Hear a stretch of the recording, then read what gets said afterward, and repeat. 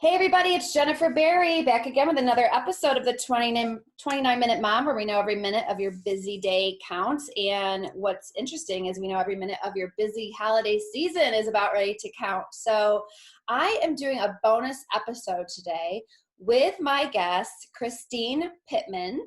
And so I just want to say welcome to the show, Christine. Hi, Jennifer. Thanks so much for having me. Yeah, I'm so excited you're on today because I feel like it's perfect timing that we kind of give a bonus episode to the listeners about how we can get excited about the Thanksgiving season. So I was kind of, chatting with you beforehand, and then how I think this is like the time of year where people want to be thankful, and it's getting hard this year, like so many disappointments. So I'm excited about Yeah, this episode. I'm excited too. Yeah, it's a really tough year, right? Like just so much has gone on 2020 and now we're in the holiday season and it's not the way it normally is. But I'm trying really hard to remind myself that it's not going to be the same, but that doesn't mean it has to be bad and that there's lots of great things that we can do. Yes, and you're going to share a lot of cool ideas with us. You're actually the owner of cookthestory.com, and you've written, what did I read, 40 cookbooks? I have tons of cookbooks, yes. Tons of cookbooks. Oh my gosh. And so I am super excited. So after the show, anyone that's listening today, I know the first thing that's going to help these moms is your recipes, because I went to your website and it's unbelievable how many recipes you have listed at cookthestory.com. So I really want the moms to make sure they write that down right now, cookthestory.com. How did you come up with that name, by the way, Christine? Oh gosh, I started that food blog in 2010 and I was a stay-at-home mom. We just moved from Canada and I couldn't work in the States yet. I did. My husband could work, but I wasn't allowed to. And so I'm staying home and I was like, okay, I need to practice writing, keep my brain sharp, be doing stuff. And so I started this blog that was about, wanted to tell the stories behind the food that I was cooking, what inspired them. And so that was 10 years ago now. And now it's really like a recipe how-to site. So it sort of changed a little bit in that way, but that's where it started. It was all about the story and the meaning behind the food. Ooh, I love that. Nice. It's such a cute name. I will be completely honest. Everyone that's listening knows that I'm an expert organizer and I love organizing. But the one thing that I feel like I always want to get better at is organizing my meal planning. So I kind of want to start off by talking about I noticed that you have these great ideas on how to like meal prep and some meal hacks for the upcoming holiday season. So tell me like a little bit about that. Like, is there an easier way? Because I feel like I make like meal planning way too hard. So meal planning in general, I mean, my entire philosophy right now about meal planning is having a plan at all, having a strategy at all is all you need. Because and I think about it like, when you're like mail inbox, your email, and it gets crazy. And then like once every couple of months, you're like, okay, I'm going to fix it. I'm going to do folders. I'm going to do a thing. And then for a few months, it's like organized and good. And then you drift. And then a few months later, you try something else and then it's organized again. But that time that it's organized, it doesn't seem to matter what strategy you're using. It's having a strategy. You have a starting place, you know what to do. You're not making decisions at every point because you have this routine. So having, if it's every Sunday afternoon, you sit down and you make a meal plan, and you have that as a plan. One thing that I do that I think is really great is I keep a printed regular paper calendar. I just print a PDF calendar from online. And I write down what we've already had for dinner. So if we get takeout or what we had ribs, we had spaghetti, I just jot down what we had and I keep that in the kitchen. And then when it comes time to meal plan, I grab that and it's got months worth of things that my family's already had that I could just jot down like, oh, okay, chicken wings worked, this spaghetti worked. And the ideas are already there and they're already things that my family has had and that I know work for us. Okay, I have to tell you this. Kudos to you for that tip, because I have written obviously several books on organization. I've talked to so many guests about organization. I speak for a living about organization, and that is something I have not ever heard. Oh. Yes. So what I love about that is I've always heard the opposite. Like, okay, make a list of 20 meals and just keep rotating them, or put recipes on Pinterest and keep going back to that and all that. I've never heard of almost the opposite effect of Mhm. what you've done. Write that down, because Yes. the fact that you said that is then I could put like a little star if we had it and my family loved it. And the Hmm. best part is that doesn't even take any work. I mean, a paper calendar, I just threw one out yesterday because I got one from my financial advisor and I don't use a paper calendar. I'm pulling that sucker out and I'm going to use it because that is Oh, a great great. idea.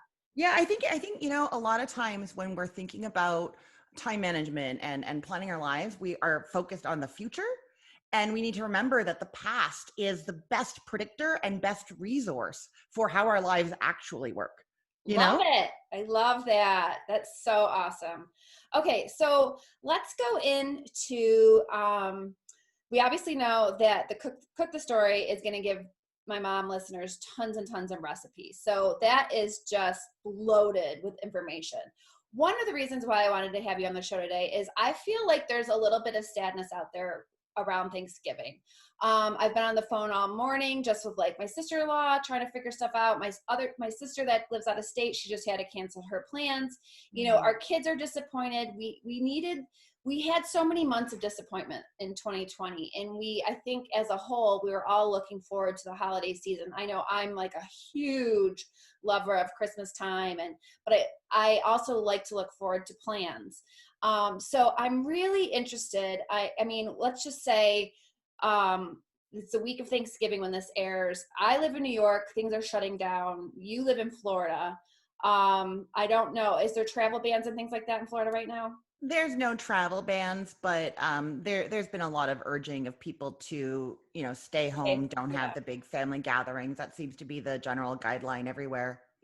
Yeah. And then you have like, you might not see as many family members as you thought you were going to see. So let's talk about just some creative ways that we can lift the listener's spirits and we can still get excited about this holiday season. What are some of your, hacks and tips and tricks, like stuff that we can do regardless of these new restrictions? Yeah, I have a few great ideas. My favorite is, like a cookie exchange, Christmas cookie exchange, where everybody makes like 6 dozen cookies and then you take your cookies and swap them. Something like that, but doing side dishes. So you have a smaller group this year, right? You've only got 3 or 4 people in your house. You're not going to make all 12 of the side dishes that you usually make. It's too much time, too much effort. But if you make 4 green bean casseroles and your neighbor makes 4 sweet potato casseroles and your aunt in the next neighborhood over makes 4 batches of stuffing, you guys can swap in a very safe way at your doorsteps and have all the variety, have all the foods from your loved ones without all that effort that you're putting in for such a small group. That is a fantastic idea. Thank you. I love that. And I love making green bean casserole, so I'll just volunteer that. Green bean casserole and squash are my two favorite things to make. I always end up making those two, but that's awesome. And even if you don't live near your family, you can do this with your neighbors. You can do this with your best girlfriends, right? I mean, Yeah. make it happen. I love that idea. So what else do you have? So I've been hearing a lot of people talk about like making the same meal as loved ones and then having it over a Zoom chat together. And that seems like a lot of like work and effort. If you could do it, and if you guys want to do it, go for it. But that seems like a lot. I really think so. I have a podcast and I do like meal planning on there. And I was doing a Thanksgiving episode with like Thanksgiving dinner tips. And Mhm. my mom is a caterer. She's made hundreds of Thanksgiving dinners in her life, turkey dinners. And as I was like making notes for my show, I was like, oh, wait, I learned this from my mom. I learned this from my mom. So I was like, hey, mom, would you be on my show and talk about Thanksgiving dinner? And I thought it was going to be like mostly tips and tricks. And it totally was that. But it was also like so connecting. It felt like we were in the kitchen cooking together because she's telling me, well, I make gravy this way because your grandmother showed me how to do that and we do it like this. And so without even like any kind of weird prompts or just like, hey, let's just talk about how we make dinner. And that was super connecting Mhm. and beautiful. And of course it's recorded because it's for my podcast. So I have it forever. Cool. So Yeah. record it. If you're going to Yeah. do this, record it. But it was just a really nice, like something about talking about that food and the cooking really brought me into that holiday spirit and into all those times that I've been in the kitchen with my family and the women usually of my family, I love that. It's so, I think that could be something that really special that you can save. I mean, you could do it, because even if you're not doing it for a podcast, if we're having a Zoom Yeah. conversation like we are right now, you can easily hit record. Yeah, And, exactly. yeah, so that's really cool. Um, and it's a special memory that you can save. It's a good excuse to get these, these people in the older generation on a video that you can save. Hey, teach me how Yeah. to, why you cook the way you do. And yeah, and I mean, especially in a family where like if there's somebody in your family usually does the cooking and now you have to suddenly do this cooking, it's perfectly natural to say, "Hey, Auntie Joe, can we jump on the phone and you tell me how to do this stuff?" Mhm. And it's gonna feel good. She's gonna feel great. She's gonna feel like she's helping. You can get your kids there listening to and feel like you're sharing this very important moment. Yes, I love that. Okay, what else? Do you have any more? Yeah, I've got tons. So Okay. I think it's great. Okay. So there is a small turkey shortage. Have you heard about this? Starting to. So first it was toilet paper. Now it's Yeah. small turkeys. We can't get them. Oh, And so small turkeys, not just any turkey. small turkeys. Okay. It's the Okay. small turkeys because people are having their smaller Yeah. gatherings. You're not having 20 people over. You're not going to have a 20-pound turkey. You Yeah. want like a little one or just a turkey breast. And they're not there. And so I've been thinking like, okay, Thanksgiving is all about family and love and all of that, but it's also about the side dishes. I mean, that was the side dish exchange, everything. So just saying, this Thanksgiving's different, but it's going to be amazing because we're just making side dishes and do all of those. And you can even have like each member of your household, whoever's coming to the dinner, be Mhm. responsible for one of the side dishes. So like my 9-year-old daughter could do like a veggie tray, or she could make mashed potatoes. There's like simple things that different people can make. Mhm. And then it's really about just enjoying those special dishes that you don't have other times of the year, you Yeah. know? Yeah, I love that. That's so great. I think it's so cool. When my son was younger, his middle name is Richard after my grandfather. And my grandfather, one of my memories is I always remember him making the mashed potatoes for Thanksgiving and like taking his job very seriously, even though, that was like the one thing he was in charge of. So when my son got to be at a certain age, we're like, okay, Richard, you're going to be in charge of the mashed potatoes. And he just felt so much pride in it because we told him that he had to carry on where his great grandpa left off. And still to this day, he like will say, oh, no, I got to make the mashed potatoes. He even had kids at school have him bring leftovers because they loved his mashed potatoes so much. That's so sweet. Yeah, kids really take pride in it. And I'll say this. So I had a practice round of Thanksgiving already this year because Canadian Thanksgiving's in October. And we always do that dinner as well as the American version in November. And usually I have a lot of people over and there's a lot going on. And so I don't usually have my kids in the kitchen for that meal. Like it's too much to be trying to teach them how to cut carrots while all this chaos is Yeah. going on. But this year it was just four of us. And so I said to my 9-year-old daughter, I'm like, Emily, do you want to learn how to make pumpkin pie? And she was in there with me and she's tasting the filling and she was making little pumpkin cutouts to decorate the pie. And it's sort of okay, you can't have the whole family there, but you can focus on the people who are there and you can make them feel special and probably do things that you normally can't. Like you have the attention and the time that normally kind of gets taken away with all of the stuff going on. Such a good point. This could be a great Thanksgiving to let those kids in the kitchen, let them help get involved because maybe it's going to be a little slower pace. You're not cooking for as many people. You don't have to be as, this perfect hostess. Mm-hmm. So yeah, why not focus on that? Maybe it could be one of those things where we're annoyed at the change. And then next year we're like, what was really cool when we were slower and we had our kids in the kitchen, doing these little tiny things. I think that's cool. It kind of reminds me, another question I wanted to ask you is is there any tips you have that where we could maybe our kids are disappointed. They were planning on seeing their cousins or they were planning on going on a trip or, the kids I feel like are my main concern this time of year. Just because, they don't have their normal activities. They don't go to school. They've had so much disappointment. How can we make this time of year even more special for the kids? It's tough and it's something I've been wrestling with so much. I have two kids.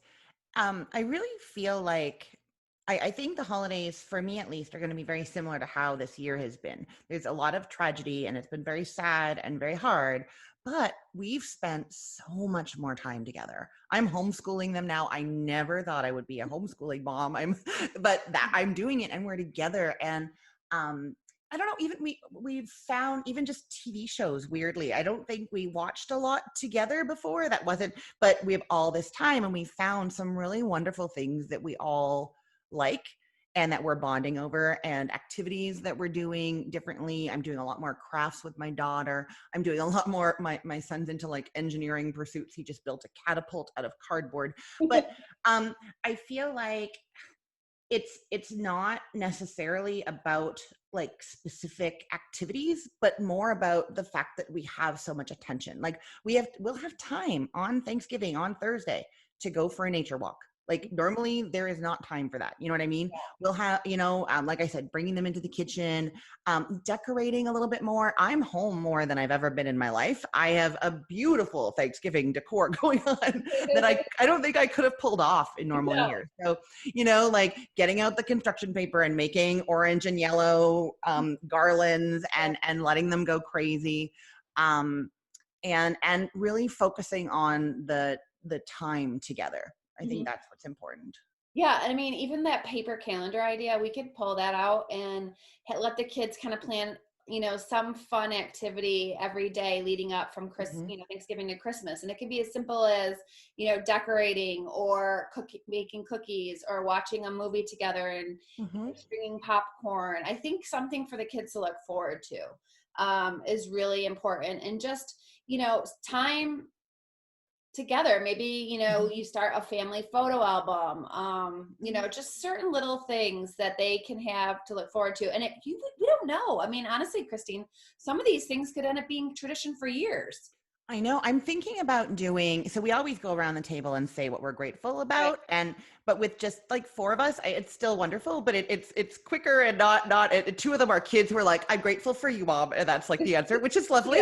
So what I was thinking about doing is having everybody write down on slips of paper what they're grateful for and write down lots of them. And I'll of course add some silly ones and we can put them in a bin. And instead of saying what each of us is grateful for ourselves, we could read these slips of paper. And I got that idea somewhere online about this Thanksgiving, just new ways to do gratefulness that are a little bit quirky and fun. And I'm totally thinking, you know what? I'm taking this to next year too. Like, it's going to keep happening. Yeah, I love that. I have these cards and I'll put them in the show notes that we print, and it says, what you're thankful for, or you can also do it what you're thankful for about the other person and put those cards at their place, the table, because I think it's a great time to not only say what you're thankful for, but tell your family members just little things that you love about them, or it's a great way to kind of raise up the kids and get them to feel better. And I think it's also a good time to start teaching kids about being grateful for themselves. Yeah. So spreading them out, like, what do you like about yourself? What are you grateful about yourself? And have them start. I think I've been doing that. I mean, I keep a gratefulness journal, so I'm all about this, but writing things about myself that I'm grateful for, because I think at least for me, part of the point of the gratefulness thing at Thanksgiving is that if you realize you're grateful to somebody or something, you're kinder to that person. Like it's that moment of, oh yeah, they're really important to me. And I think we need to do that to ourselves too. Oh yeah, I'm important to me. I have to be nice to myself, and taking that time to teach our kids that now. So who are you grateful for around this table and why? And are you grateful for yourself and why? And what are your qualities? And all that kind of stuff is just a really good time for that. It also is a great time to just go back to the old fashioned pen and paper and put a little note card in the mail to some family members or friends that were there for you this year, and teach our kids to do this. Like, hey, let's send a note to your friend. Who are you grateful for? Why don't you tell them why? Like how much, like that's like the best Thanksgiving gift you could get is somebody saying, this is why I'm so thankful for you. And even if you can't do it in person, you can send it in the mail. And if they live in your city, I mean, you could write a bunch of them and just go and drop them off at people's houses, and you can let them know you're coming and wave to them from the road or whatever. But they're, that would be, especially if you have little kids, to go and spend a couple hours in the car with, Christmas carols playing, and they get to run up to the door and drop these things off. It can be a really, really fun outing. So fun. I love that idea. How do you get ready for the holidays? Do you have any planning tips? I mean, yeah, it might be a little different this year. Like, are there certain things you stock up on? I love this, I love thinking about stocking up for the holiday season and have certain things on hand. So what do you do? I don't know. I think I'm always fairly stocked up with my pantry, but I do when it comes to planning the Thanksgiving meal, I write out my meal plan, what we're going to have, all the courses, and then I make a very detailed grocery list and I include in it even things that I know I already have, like butter, for instance. Mhm. I'll still put that down because I usually am making that plan. Like you're doing it today for next week.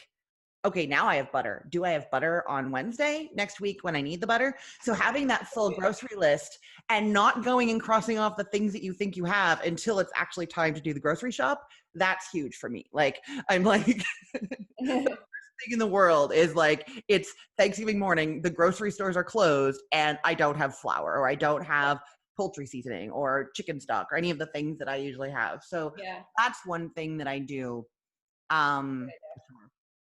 So I saw you mentioned that you have a podcast also, and your podcast is called TMI with Christine. That's right. Yeah. Okay. So I thought episode 4 was pretty interesting, and it was entitled "How to Be a Grown Up in the Kitchen." What is that about? Well, okay. So I got divorced a couple of years ago and was visiting a friend in Washington, D.C. And she was working and she wanted to order pizza. And she says to me, you get your own pizza and I'll get mine because I want my leftovers. I was like, okay. And then I sat there and realized I didn't know what I wanted on my pizza. So my kids were with their dad for one of the first times and I was on my own and I'm ordering pizza for just me. And I don't know what I like on my pizza. And it was this really weird feeling. And it started to happen more and more that the weeks that I didn't have my kids, I was like, what do I do with this free time? What do I do with, what do I want to make for myself when it's just me? And realized that I'd really kind of lost some of my preferences in that cooking for my kids, cooking for my family all the time.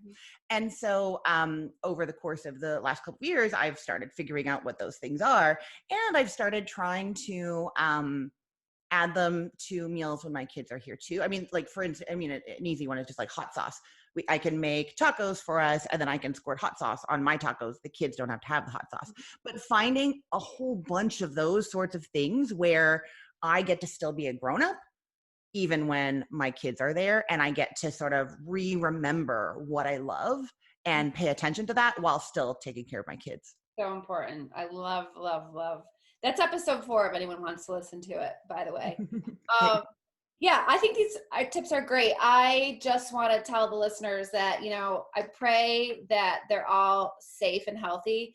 But really, my prayer for everybody listening to this episode when it comes out is just that you will feel joy and gratitude this season. Mm-hmm. I mean, if we can feel joy and gratitude in 2020 during Thanksgiving, we can do it for many years to come. We might have to reach a little deeper this year, but I think we can still make it extra special. We can make like you said, Christine, the people that we're spending it with, we can make them feel more loved and more special. We can put all our energy as moms into those people in our household and really make sure that they are feeling the love. And let's face it, the energy in a house really comes off the mom anyways on a holiday. If we're running around stressed out and annoyed, then it's not going to be fun. So put your happy faces on, moms, and blare some good music and light a candle with a good smell and just have fun with it. And, you don't have to be perfect. I think so many moms, we think we have to make everything perfect. I think this year, let's focus on fun more than perfect. You know That's what I mean? absolutely true. Yeah. And I think it's important to remember, like when I think back to holidays and family dinners from my past, the things that I remember the most are when things went wrong or I have a scar on my arm from a holiday season that went kind of badly for me. I had a bandage and everything. I remember that more than like the perfect meals, you can remember and it triggers things 10 years from now, my kids are going to remember Thanksgiving 2020 when it was just us. They're not going to remember Thanksgiving 2021. Yeah. Like that's a random year. That's going to sound like a random year, but this is going to be memorable because it's so weird and backwards. And yes, if we're smiling, get dressed up, do your hair, tell them to wear something nice. Oh, they love that. Make an occasion of it still. Yeah. And you know, it's so interesting that you said that about the 2020. There could be a lot when you look back, you know, this could be your kids looking back on their childhood. They all kind of look the same because you're at a certain house with a certain amount of people. But this year, they'll look back and say, well, there was one year, it was just my immediate family. And they might not even remember the year at first. We might have to tell them, depending on their age. But it will stick out in their mind. So that makes it even more important to make this year for Thanksgiving very, very special. And it can be simple. It doesn't have to be crazy. You don't have to make fancy dancy recipes. You know, if that's not your thing, just make it unique to you and the people in your home. And your kids will remember that forever. So I love that. Yeah, it's Well, gonna be. I wish you the happiest Thanksgiving with you and your kids. And I'm really glad you got to, you know, we made this work so you could get in right before Thanksgiving on the show. And we'll definitely be sharing your website on the show notes so they can get some yummy recipes. I was definitely checking it out. And I was like, oh, yay, because I always need new recipes. So thank you for being on the show, Christine. Thanks for having me, Jennifer. Happy Thanksgiving. Happy Thanksgiving.